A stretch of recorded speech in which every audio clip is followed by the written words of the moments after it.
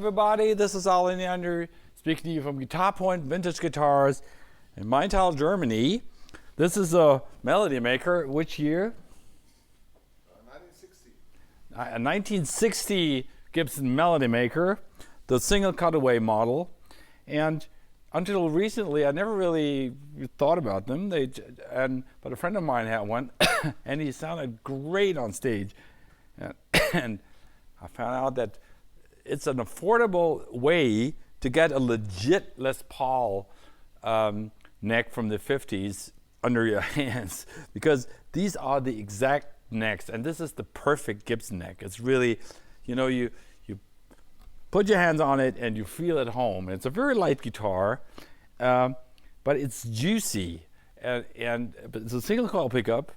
And some people, I've seen some YouTube video of Gary Moore playing a double cutaway Melody Maker with a humbucker. This is one of the best sounds he ever had.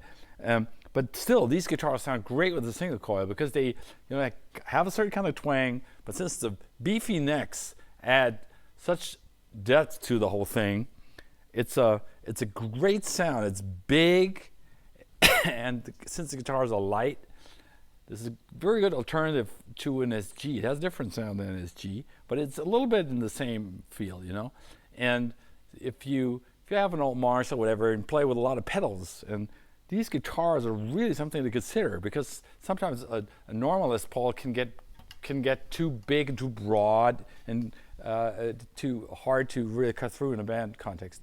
But this is, if you're in a bluesy kind of surrounding, these guys are really something to discover. It's a 1960